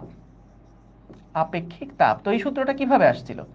আপেক্ষিক তাপ মানেই হচ্ছে joule per KG per kelvin, অর্থাৎ 1 কেজি ভরের কোনো বস্তুর তাপমাত্রা 1 কেলভিন বৃদ্ধি করতে এস জুল তাপশক্তি প্রয়োজন হয়। তাহলে আমাদের যদি কোনো একটা জায়গায় এম ভরের কোনো বস্তু থাকে, তাহলে এম কেজি ভরের তাপমাত্রা 1 কেলভিন বাড়াতে আমাদের এমএস জুল তাপশক্তি দেওয়া লাগবে। আর যদি আমি চাই যে টেম্পারেচারটা ডেল্টা থিটা পরিমাণ বৃদ্ধি করতে, 1 কেলভিন বৃদ্ধি না করে ডেল্টা থিটা কেলভিন পরিমাণ বৃদ্ধি করতে, তাহলে আমাদের কতখানি তাপশক্তি দেওয়া লাগবে? M S delta theta joule. So এটাই কিন্তু ছিল এই যে কিউ সমান সমান এম এস ডেল্টা থিটা, মনে আছে? সো যাই হোক, মনে থাকলে ভালো, না থাকলে কোনো অসুবিধা নাই। তো আমরা যদি এখান থেকে কি বের করি, যে এম ভর বিশিষ্ট 1 কেজি না হয় কোনো বস্তুর ভর যদি এম কেজি হয়, এবং আমি যদি 1 কেলভিন বৃদ্ধি না করে যদি থিটা কেলভিন বৃদ্ধি করতে চাই, তাহলে কতটুকু তাপশক্তি দেওয়া লাগবে? এই যে ওটাই হিসাব করে বের করলাম, এম এস ডেল্টা থিটা। এই ছিল আর কি জিনিসটা, এই ছিল। ঠিক আছে, আশা করি ক্লিয়ার, আশা করি ক্লিয়ার। ঠিক আছে, ওকে। এখন দেখো, আমরা নর্মালি যেটা জানি, পানির যে আপেক্ষিক তাপ এটা হচ্ছে 4200 joule per KG per kelvin, এটা হলো পানির আপেক্ষিক তাপ। এখন আমাদেরকে বলছে নতুন স্কেল অনুযায়ী পানির আপেক্ষিক তাপটা কত নির্ণয় করো। অর্থাৎ আমরা তো এখানে যে আপেক্ষিক তাপটা বের করছি, সেটা হলো 1 কেলভিন তাপমাত্রা বৃদ্ধি করতে কতটুকু তাপশক্তির প্রয়োজন। কিন্তু যদি আমরা 1x পরিমাণ তাপমাত্রা বৃদ্ধি করতে চাই, তাহলে কতটুকু তাপশক্তির প্রয়োজন হয়, এইটা আমরা নির্ণয় করতে চাচ্ছি। প্রশ্ন বুঝছো? আমাদেরকে বলছে নতুন স্কেলে পানির, ও নতুন স্কেল অনুযায়ী পানির আপেক্ষিক তাপ কত। আমাদের নতুন স্কেল কোনটা? এক্স না? তাহলে আমরা আগে যেটা হিসাব করতাম যে 1 কেজি, এটা লিখো না, 1 কেজি পানির তাপমাত্রা 1 কেলভিন বৃদ্ধি করতে তাপশক্তি প্রয়োজন হয় 4200 জুল। এখন আমরা নতুন স্কেলে যদি আপেক্ষিক তাপ বের করতে চাই, তাহলে আমাদেরকে যেটা বের করতে বলছে সেটা হলো যে ভাইয়া 1 কেজি পানির তাপমাত্রা 1x পরিমাণ বৃদ্ধি করতে কতটুকু পরিমাণ তাপশক্তি প্রয়োজন সেটা নির্ণয় করো। সো প্রশ্ন বুঝেছো কিনা একটু আমাকে বলো তো, প্রশ্ন বুঝেছো কিনা? আমি আবার বলছি, আমাদের যেটা আপেক্ষিক তাপ সেটা কি ছিল? এককটা কি? Joule per KG per kelvin. তার মানে 1 কেজি বস্তুর তাপমাত্রা 1 কেলভিন বৃদ্ধি করতে 4200 জুল তাপশক্তির প্রয়োজন হয়। কিন্তু আমাদের বলছে নতুন স্কেলে এই আপেক্ষিক তাপটা কত হবে। তো নতুন যে স্কেলটা, সেটা তো আর কেলভিনে টেম্পারেচার মাপে না, সেটা মাপে এক্স এককে। তাহলে আমি যদি নতুন স্কেলে আপেক্ষিক তাপ বের করতে চাই, তাহলে 1 কেজি পানির তাপমাত্রা 1x পরিমাণ বৃদ্ধি করতে কতটুকু তাপশক্তি দেওয়া লাগবে, এইটা আমাকে নির্ণয় করতে হবে। বলো কি বের করতে হবে, এটা কি বুঝছো? কি বের করতে হবে এটা কি বুঝছো? বুঝেছি, ভেরি গুড। আজকে নতুন ক্লাস করতেছি, কিছু বুঝবো না ভাইয়া প্লিজ, তুমি এটা 4 নাম্বার ক্লাস, তো কখনোই তুমি লাফ দিয়ে 4 তলায় উঠতে পারবা না, তোমাকে সিঁড়ি দিয়ে আগে 1 তলা 2 তলা 3 তলা 4 তলা উঠে আসতে হবে। ওকে, সো বুঝছি। তাহলে আমাদের মেইন টার্গেট হচ্ছে ভাইয়া এটা। সো দেখো, আমরা তার মানে বের করতে চাই কি? আমরা বের করতে চাই 1x মানে কত কেলভিন, 1x সমান সমান কত কেলভিন, এইটা আমরা আসলে বের করতে চাই। তো যাই হোক, আমাদের আইডিয়াটা আশা করি পাইছো। সো মূলত আমরা যেটা এখন চাচ্ছি সেটা হলো যে আমাদের দেখো, যখন কেলভিন এককে আমাদের কি বরফ আর বাষ্পবিন্দু দেওয়া আছে না, তাহলে যখন কেলভিন এককে 100 কেলভিন পরিমাণ তাপমাত্রার পরিবর্তন হয়, তখন আমাদের এক্স যে স্কেলটা আছে সেখানে তাপমাত্রার পরিবর্তন কত হয়? 500 মাইনাস 25x, তাই না? তাহলে বলো তো, যদি 1 কেলভিন তাপমাত্রার পরিবর্তন হয়, তাহলে এক্স এককে এই পরিবর্তনটা কত হবে? 500 মাইনাস 25 মানে কত? তোমরা জেনে অবাক হবে। 500 মাইনাস 25 মানে হচ্ছে 475 ডিভাইডেড বাই হচ্ছে 100 এক্স। তার মানে খেয়াল করো, 1 কেলভিন মানে হচ্ছে 1 কেলভিন পরিবর্তন মানে হচ্ছে 4.75 এক্স পরিবর্তন। 4.7 এক্স মানে কি ভাই? এক্স মানে জাস্ট একক, ওই নতুন স্কেলের এককটা। সো 1 কেলভিন চেঞ্জ হওয়া মানে 4.75 এক্স পরিবর্তন হওয়া। তাইলে দেখো তো, আমাদের যে পানির আপেক্ষিক তাপ ছিল 4200, আমরা এখান থেকে এই ডেটাটা জানি, তাই না? এটা জানি যে 1 কেজি পানির তাপমাত্রা 1 কেলভিন বৃদ্ধি করতে 4200 জুল তাপশক্তির প্রয়োজন হয়। তাহলে বলো তো, 1 কেজি পানির তাপমাত্রা আমরা যদি 1 কেলভিন এর জায়গায় এখন যদি আমি 4.75 এক্স লিখি, 1 কেজির জায়গায় 1 কেলভিন বৃদ্ধি করা মানে কি 4.75 না ভাইয়া? 4.75 কেলভিন বৃদ্ধি করতে তাহলে আমাদের কতটুকু পরিমাণ তাপশক্তি, কেলভিন তো না, সরি এক্স, কি লিখলাম, 4.75 এক্স পরিমাণ বৃদ্ধি করতেও কিন্তু তাহলে 4200 জুল পরিমাণ তাপশক্তির প্রয়োজন হবে। দেখো, 1 কেজি পানির তাপমাত্রা 1 কেলভিন বৃদ্ধি করতে 4200 জুল তাপশক্তির প্রয়োজন। তাহলে 1 কেলভিন মানে তো 4.75, তাহলে 1 কেজির তাপমাত্রা 4.75 এক্স পরিবর্তন করতে যদি 4200 জুলের প্রয়োজন হয়, তাহলে 1 কেজির তাপমাত্রা যদি 1 এক্স পরিমাণ বৃদ্ধি করতে চাই, তাহলে আমাদের কতটুকু তাপশক্তি লাগবে? 4200 ডিভাইডেড বাই 4.75। তাহলে এটার এককটা কি হচ্ছে দেখো, joule per KG power x একক। এটার মান কত আসে তোমরা ভেবো না, আমি ক্যালকুলেটরে হিসাব করতেছি। এটা আসে 884.21, 884.21 joule per KG power x.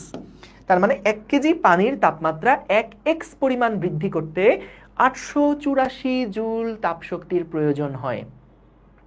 বুঝছো? বাঁধন মাইট দিব তোমারে। ঠিক আছে, কিউ মানে কি? কিউ মানে তাপ শক্তি। তাপ শক্তি এগুলো লাগবে না, এগুলো বোঝানোর জন্য লিখছিলাম এখানে। ওই যে সূত্রটা দেখে আসছো তো, তো সূত্রটা কেন এরকম ওইটার জন্য আর কি বলছিলাম। মেইনলি আমাদের এই দুইটা ইনফরমেশনই লাগবে, এই যে আপেক্ষিক তাপ মানে কি বোঝায় সেইটা। এবং আমরা এখানে কি করলাম যে 1 কেজি পানির তাপমাত্রা 1 কেলভিন বৃদ্ধি করতে 4200 জুল পরিমাণ তাপশক্তি লাগে, কিন্তু আমাদের নতুন একটা তাপমাত্রার স্কেল নিয়ে আসছি আমরা, এক্স। তাহলে 1 কেলভিন বৃদ্ধি করতে কত তাপশক্তি লাগে এটা আমার দরকার নাই জানা। আমার এখন জানা দরকার 1 কেজির তাপমাত্রা যদি আমি 1 এক্স পরিমাণ বৃদ্ধি করি তাহলে কতটুকু তাপশক্তি দরকার হয়। তাহলে জাস্ট কি করলাম যে আচ্ছা ঠিক আছে, 1 কেলভিন মানে কত এক্স সেটা বের করলাম আগে ঐকিক নিয়মে, যে 100 কেলভিন যখন বরফ আর বাষ্পের মধ্যে পার্থক্য হয় 100 কেলভিন, তাহলে আমাদের নতুন স্কেলে বরফ আর বাষ্পের যে রিডিংটা তার পার্থক্য কত? 475। তাহলে 1 কেলভিন পার্থক্যের জন্য এক্স স্কেলে পার্থক্য কতটুকু? 4.75। এরপর ঐকিক নিয়মে যে 1 কেজির জন্য 1 কেলভিন বৃদ্ধি করতে 4200 লাগে, 1 কেজির তাপমাত্রা যদি 1 কেলভিনের জায়গায় 4.75 এক্স বসাই তাহলেও তো 4200 লাগবে। যদি এখন 1 কেজির তাপমাত্রা 1 এক্স পরিমাণ বৃদ্ধি করতে চাই তাহলে কতটুকু তাপশক্তির প্রয়োজন, সেটাই হচ্ছে আমাদের আপেক্ষিক তাপ। বুঝছো? এই আর কি। ঠিক আছে, আচ্ছা একজন সুন্দর একটা প্রশ্ন করছে, ভাইয়া এটা কিভাবে আপনি বুঝলেন যে এটা কেলভিন এককে করতে হবে? দেখো তো ভাইয়া, আমাদের যেই ওই ইয়াটা আপেক্ষিক তাপের যেই ভ্যালুটা দেওয়া আছে 4200, এটা কি joule per KG per kelvin এককে না? সেই কারণে তো বুঝতেই পারছো কেলভিন এককটাকে ধরে আমার এক্সে কনভার্ট করতে হবে। বুঝছো ভাই? আমরা কি নতুন স্কেল তৈরি করতে পারবো না? হ্যাঁ পারবা তো। ওই যে দুইটা স্থির বিন্দু দেওয়া ছিল না, ওটা বিজ্ঞানীরা ধরে নিয়েছে, তুমি যে কোনো দুইটা স্থির বিন্দু ধরে তোমার নামে একটা স্কেল বানায় ফেলো। বা যেমন 0 থেকে 100 পর্যন্ত সেলসিয়াস কি করছে 100 ভাগে ভাগ করছে, তুমি ওটাকে 1000 ভাগে ভাগ করে তোমার নামে একটা স্কেল বানায় দাও, তাইলে তো হলো। তুমি আরো নিখুঁতভাবে তাপমাত্রা পরিমাপ করতে পারবা তার মানে। ঠিক আছে, হ্যাঁ মাশরুর স্কেলও বানাইতে পারবা, অসুবিধা নেই। 1 এক্স এর কেন বের করলাম? কেন 1 এক্স বের করলা? কেন 1 এক্স বের করলা? কারণ আমাদের জানা দরকার কি 1 কেজির তাপমাত্রা 1 এক্স পরিমাণ বৃদ্ধি করতে কতটুকু তাপ শক্তি দরকার হয়। বুঝছো? এটাই আমাদের তো জানা দরকার ছিল। এটা পাশে লিখে রাখি এক জায়গায়। আমাদের জানা দরকার যে 1 কেজি পানির তাপমাত্রা 1 কেজি এর তাপমাত্রা 1 এক্স বৃদ্ধি করতে কত তাপশক্তি প্রয়োজন, কত তাপশক্তি দরকার। ঠিক আছে, কতটুকু তাপ শক্তি দরকার। এইটাই তো আমরা আপেক্ষিক তাপ বলতাম। এটা কি আমরা আপেক্ষিক তাপ বলতাম না? এটাই তো আমাদের আপেক্ষিক তাপ ছিল, বুঝছো? সো তাইলে তো তুমি কিন্তু যদি চেষ্টা করো যে ভাই আমি আপেক্ষিক তাপটা ফারেনহাইট এককে বের করবো, যে 1 ডিগ্রি ফারেনহাইট বৃদ্ধির জন্য কতটুকু তাপ শক্তি দরকার, সেটাও কিন্তু তুমি আসলে হিসাব করতে পারবা। বুঝছো? বলো 100K কই পেলাম? আচ্ছা গুড। দেখো আমাদের ভাইয়া বলো তো, এই দেখো প্রশ্ন করে করে ক্লিয়ার হও। দেখো বরফ বিন্দু বলছে 25x, বাষ্প বিন্দু বলছে 500x। তাহলে বরফ 25 আছে, বাষ্প 500 আছে। বলো তো কেলভিন স্কেলে যেহেতু আমাদের হিসাব করতে হবে, কেলভিনে আমাদের বরফ কত? কেলভিন এ বরফ হচ্ছে 273 কেলভিন, আর বাষ্পের যেই এককটা সেটা হচ্ছে 373 কেলভিন। 373 কেলভিন। তাহলে এদের দুইটার মধ্যে যখন পার্থক্য 100 কেলভিন, তখন এদের দুইটার মধ্যে পার্থক্য হচ্ছে 475x। ওইটাই আমরা ঐকিক নিয়মে বের করছি, বুঝছো? 100 কেলভিন পার্থক্য হইলে আমাদের এক্স স্কেলে পার্থক্য হয় এত, তাহলে 1 কেলভিন মানে আসলে কত এক্স, এটাই তো আমরা বের করতে চাচ্ছিলাম, তাই না? এটাই তো আমরা বের করতে চাচ্ছিলাম। দেখো দেখো দেখো ক্লিয়ার কিনা দেখো, ওই যে কে প্রশ্ন করছিলা, দেখো ক্লিয়ার কিনা। রিয়া আক্তার জিজ্ঞেস করছিলা। ঠিক আছে, ঠিক আছে, হ্যাঁ কে স্কেলে পার্থক্য 100। গুড, ক্লিয়ার আশা করি। আচ্ছা আমি এখানে লাগলে লিখে দিই একবার, যে 373 মাইনাস 273 যখন নেই, তখন আমাদের এখানে পার্থক্য হচ্ছে 500 মাইনাস 25x। মানে 100K মানে এত, 1 কেলভিন মানে কত? 1 কেজিতে 1 কেলভিন মানে 4200। তাহলে এখান থেকে আমরা 1x বৃদ্ধি করলে কত বের করে ফেললাম। ডান।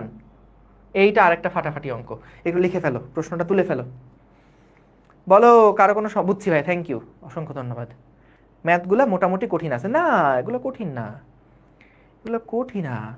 তাপগতিবিদ্যা মুভি দেখতেছি, হ্যাঁ সাব্বাস সাব্বাস, এটা মুভি চলতেছে, সিনেমা চলছে, ঠিক আছে। বিরিয়ানি খাইতে যাচ্ছি ভাইয়া, ছি ছি ছি, এইভাবে তুমি ম্যাথকে অপমান করলে। আচ্ছা ফল্টি থার্মোমিটার বলতে পারো সোমেরা ইসলাম?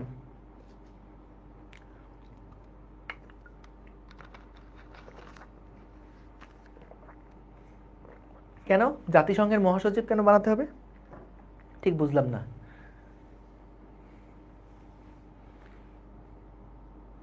আমার দেশের বাড়ি রাজশাহী। এই প্রশ্ন তোলা হলে বলো, এটা খুব ভালো একটা ম্যাথ। হ্যাঁ আজকে শুধু ম্যাথই করাবো।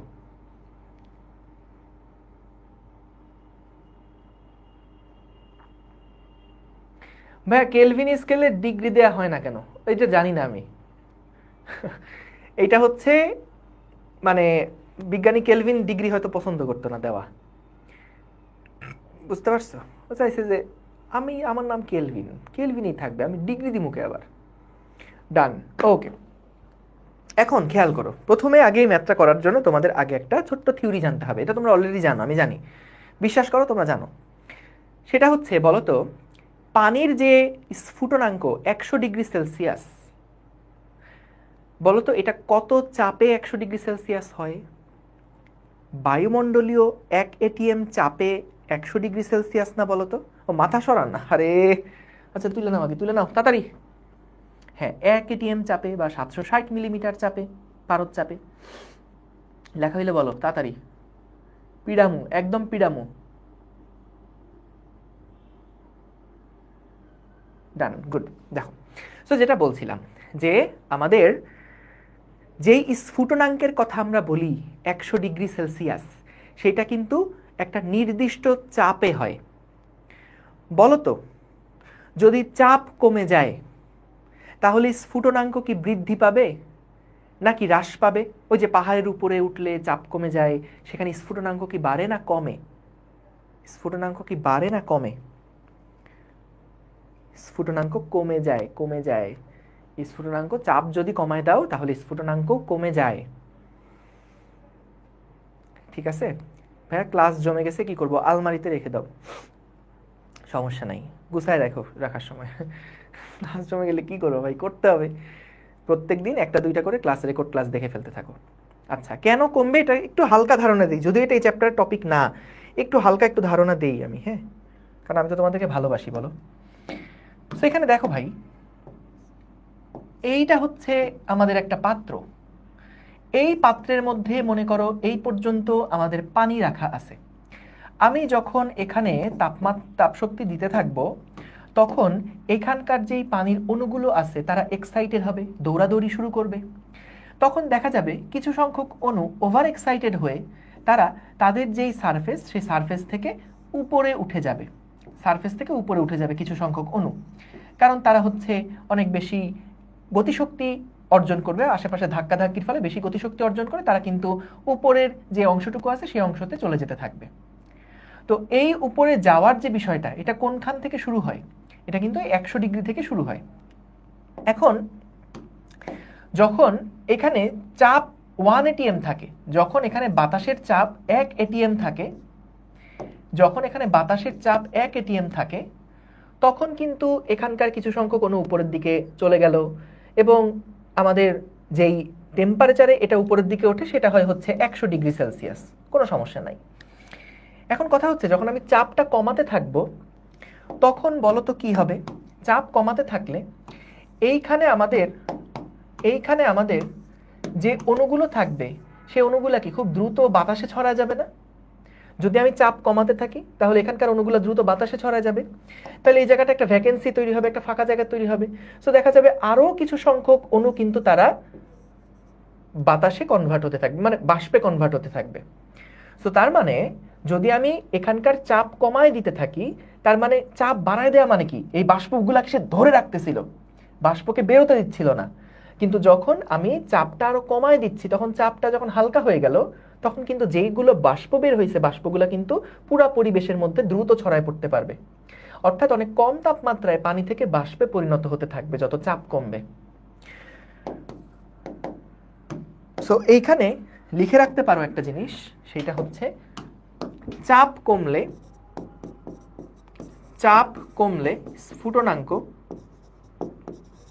স্ফুটনাঙ্ক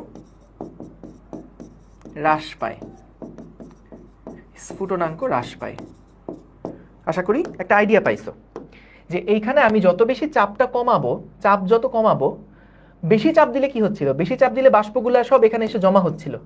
সো যখন বাষ্প এখানে অনেক বেশি জমা, তখন তো নতুন কোনো অণু আসার জায়গা পাচ্ছিল না। তো যখন চাপ কমাই দিছি, তখন দেখা গেছে এখান থেকে অনেক অল্প তাপমাত্রাতেই এখান থেকে যে অণুগুলো আছে তারা ছড়াই গেল, এবং এর উপরে যে ফাঁকা জায়গা তৈরি হলো সেখানে এসে আবার নতুন নতুন বাষ্পের কণা এসে স্থান দখল করলো। তাহলে এটাই তো বাষ্পীভূত হওয়া। সো এইটাই কিন্তু 100 ডিগ্রি সেলসিয়াস তাপমাত্রায় থেকেও কমে তখন দেখা যাবে বাষ্পীভূত হতে থাকবে। এই জিনিসগুলো নিয়ে আমি আদর্শ গ্যাস অধ্যায়ে দেখাইছিলাম, তোমরা একটু এটা দেখতে পারো, আদর্শ গ্যাসে আর্কাইভ ক্লাসের মধ্যে আছে, এই যে তোমার বাষ্পীভবন বা স্ফুটনাঙ্ক, এই বিষয়গুলো ওখানে আছে, খুব সুন্দর করে আলোচনা করছিলাম, ওখানে দেখতে পারো। আপাতত এটুকু মাথায় রাখলে হবে, চাপ কমলে স্ফুটনাঙ্ক হ্রাস পায়, বুঝছো? চাপ কমলে স্ফুটনাঙ্ক হ্রাস পায়, ঠিক আছে? ওকে, ঠিক আছে। এই তোমরা কি টি লাভার, কফি লাভার, এই যারা এই যে উল্টাপাল্টা কমেন্ট করতেছে ব্যান করে দিব, দাঁড়াও। এই যে অর্ণব দাস, ব্যান করে দিই অর্ণব দাস রে, কই?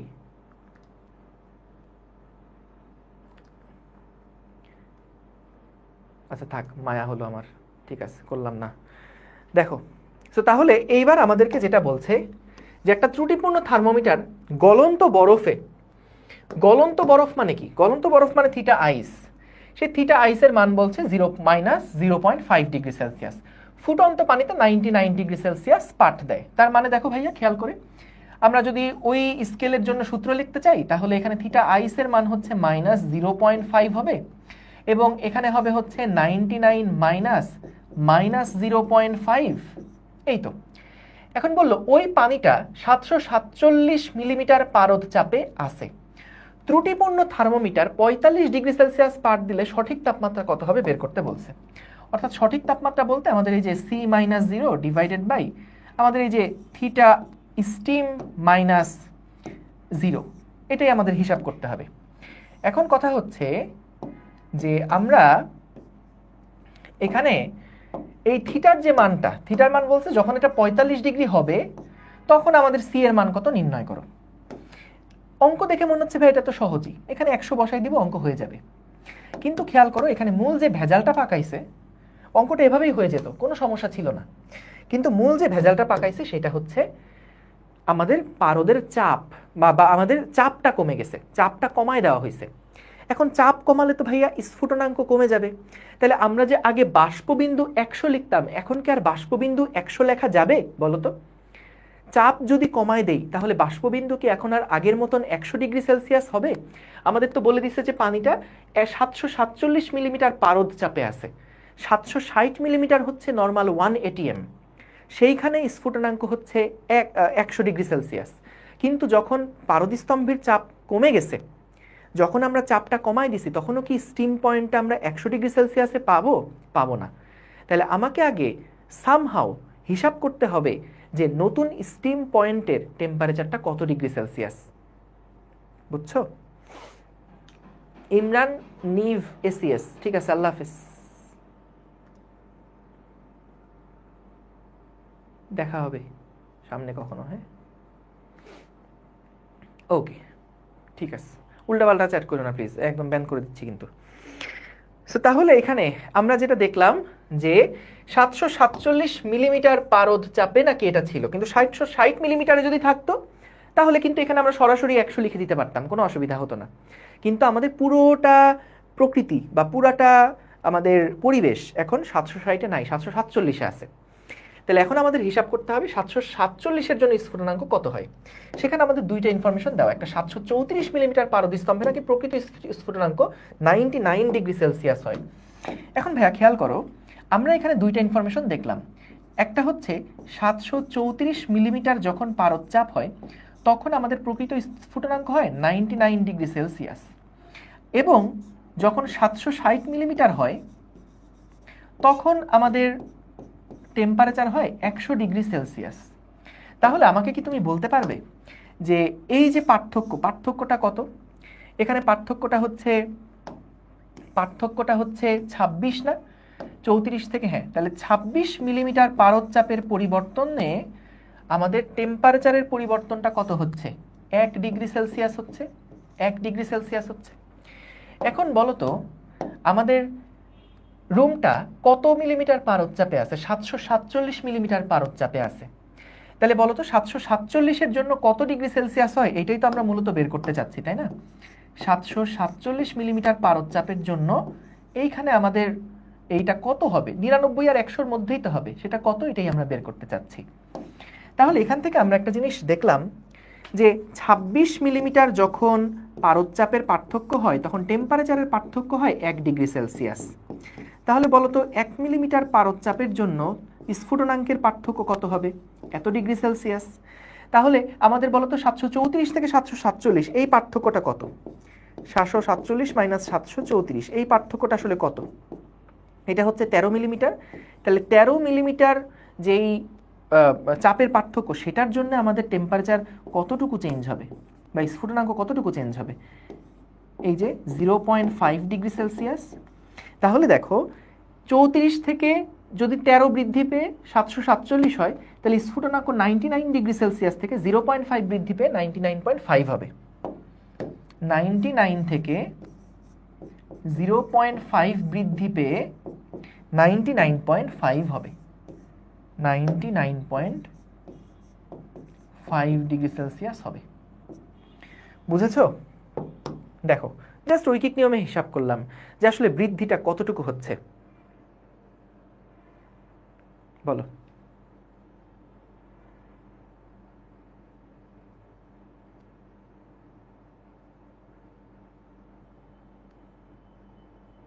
আবার বলছি কোনো চিন্তা করো না, আরেকবার তো বলবোই।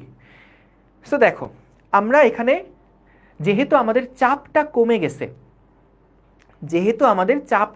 গেছে, দেখো নর্মালি 760 মিলিমিটার পারদচাপে বা 1 এটিএম পারদচাপে বা 1 এটিএম চাপে বা 1 এটিএম বায়ুমণ্ডলীয় চাপে কিন্তু স্ফুটনাঙ্ক হয় 100 ডিগ্রি সেলসিয়াস। এটা তো আমরা জানি, তাই না?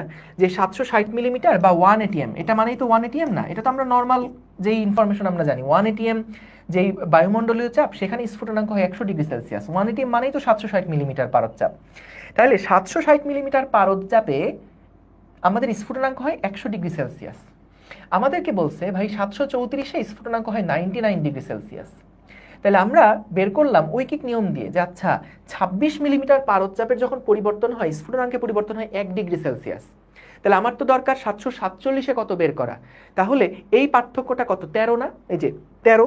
তাহলে 26-এর জন্য স্ফুটনাঙ্কে চেঞ্জ হয় 1, 1-এর জন্য কত, 13 মিলিমিটারের জন্য স্ফুটনাঙ্কে চেঞ্জ কত হবে, 0.5।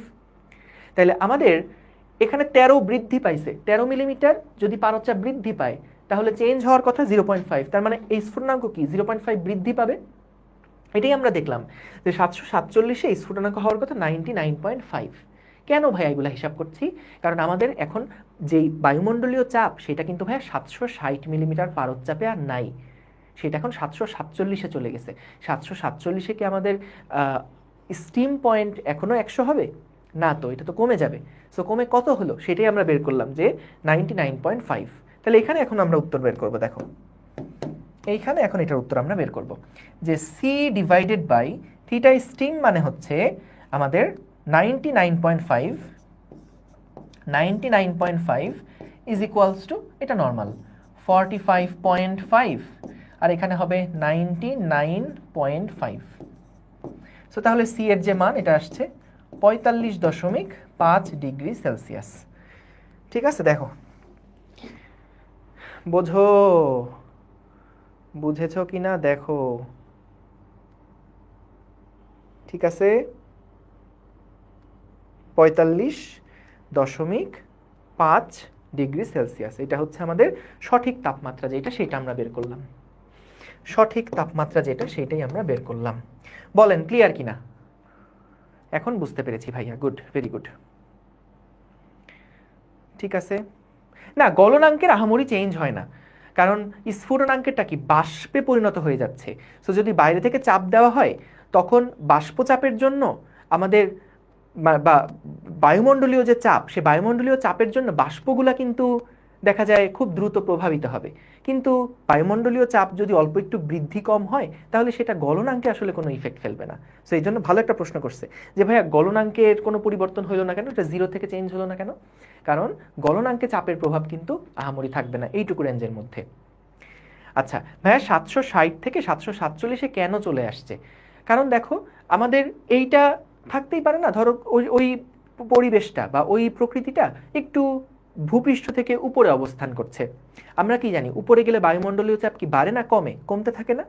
সো তাহলে উপরে যদি বায়ুমণ্ডলীয় চাপ কম, এরকম হতেই পারে সেখানে আমাদের পারদস্তম্ভের চাপ হলো 747 মিলিমিটার। বুঝতে পারছো? এই আর কি।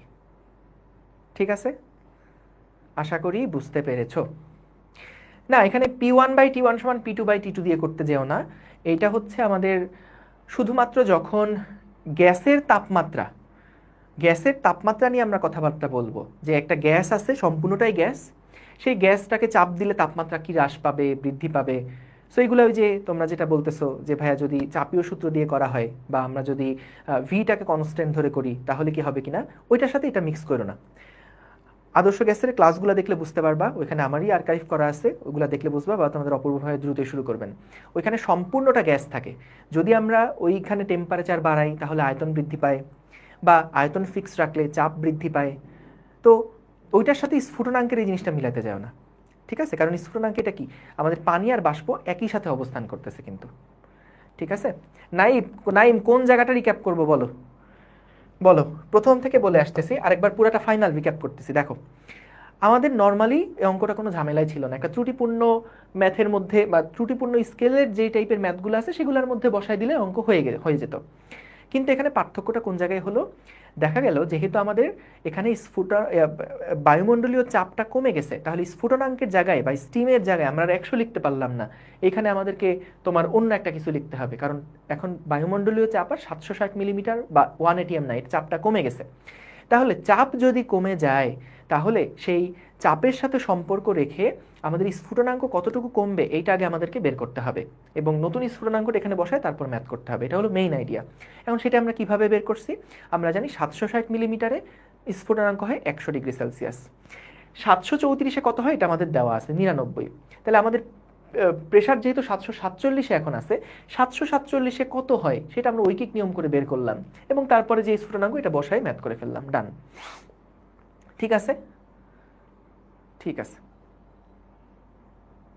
ওকে।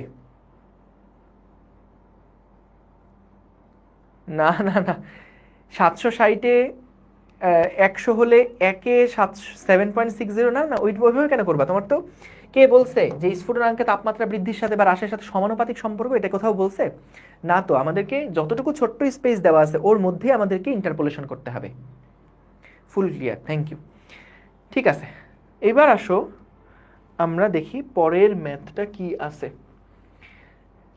হ্যাঁ দেখো, এইখানে আমাদেরকে বলছে একটা সেলসিয়াস এবং ফারেনহাইট থার্মোমিটারকে ফুটন্ত পানিতে নিমজ্জিত করা হলো। এবার পানিকে ঠান্ডা করার পর ফারেনহাইট থার্মোমিটারটির পাঠ হলো 140 ডিগ্রি। তাহলে সেলসিয়াস স্কেলে তাপমাত্রা হ্রাস কত হবে নির্ণয় করো। তাহলে দেখো তো আমাদের এখানে ফারেনহাইটে তাপমাত্রা হ্রাস কত হয়েছে বলো তো? ফারেনহাইট স্কেলে তাপমাত্রা হ্রাস কত? ফারেনহাইট স্কেলে তাপমাত্রা হ্রাস কত? এটা সমান সমান হচ্ছে 212 মাইনাস 140, এতটুকুই হ্রাস পাইছে না? এটা মানে কত? 72 ডিগ্রি ফারেনহাইট হ্রাস পাইছে। এখন আমাদেরকে বলছে সেলসিয়াসে হ্রাস কত হবে। সেলসিয়াসের চেঞ্জের সাথে ফারেনহাইটের চেঞ্জের সম্পর্ক কি ছিল? আমরা ডিগ্রি সেলসিয়াসে যদি চেঞ্জ বের করতে চাই, 5/9 into Fahrenheit, 5/9 into change in Fahrenheit কত? চেঞ্জ ইন ফারেনহাইট এটা হলো 72। সো 8 নং 72, 8 নং 72, 5 8 40। তাহলে সেলসিয়াস স্কেলে হ্রাস পাবে হচ্ছে 40 ডিগ্রি সেলসিয়াস। সহজ অঙ্ক, দেখো। Clear, clear, very good, thank you. যাক, তোমরা অনেক আগে করে ফেলছো। ওকে, এটা রোদ থার্মোমিটারের একই অঙ্ক, এটা হোমওয়ার্ক থাকলো, এটা হোমওয়ার্ক থাকলো। যে রোদ থার্মোমিটারে আগে যেরকম দৈর্ঘ্যের থার্মোমিটার ছিল না, যে এত বরফ বিন্দুতে এত সেন্টিমিটার, বাষ্প বিন্দুতে এত সেন্টিমিটার, সেটাই এখন দেখো 0 ডিগ্রি তাপমাত্রায় কত রোদ সেটা দিয়ে দিছে, এবং তাপমাত্রা বাড়লে রোধের মান বৃদ্ধি পায়। একটা উষ্ণতামিতিক ধর্ম হিসাবে বিবেচনা করে আমরা এখানে রোদ থার্মোমিটারের সাহায্যে 33 ডিগ্রি সেলসিয়াস তাপমাত্রায় যন্ত্রটা কত পাঠ দিবে এটাই মূলত বের করছি।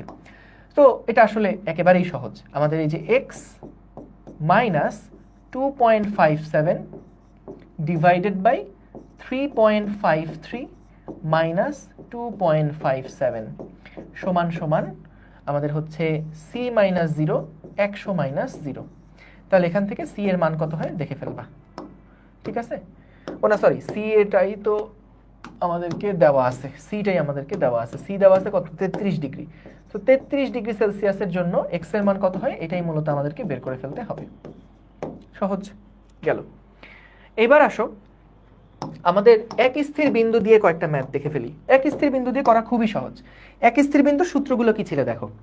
এক স্থির বিন্দুর সূত্রগুলো ছিল যে ট্রিপল পয়েন্টের তাপমাত্রা ডিভাইডেড বাই যে কোনো পয়েন্টের তাপমাত্রা ইজ ইকুয়ালস টু ট্রিপল পয়েন্টের উষ্ণতামিতিক ধর্ম ডিভাইডেড বাই যেই পয়েন্টের তাপমাত্রা বের করতে চাই সেই পয়েন্টের উষ্ণতামিতিক ধর্ম।